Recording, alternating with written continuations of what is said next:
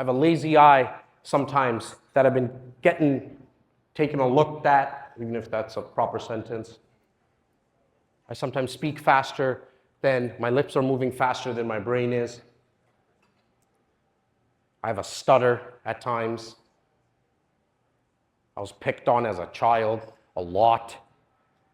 I'm born in an area called Rexdale, which is the north part of Toronto, where a lot of people are told to put up your windows and lock your doors. So I was afraid of telling people I'm from Rexdale. So I always used to tell people I'm from Etobicoke, because it just sounded richer. You know what I came to notice the first time that I went on camera? Nobody really gives a shit. Nobody really cares. You know why? Because they're always thinking about themselves. As you're sitting right there right now.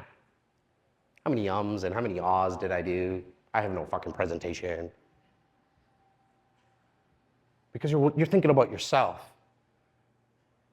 It is the most freeing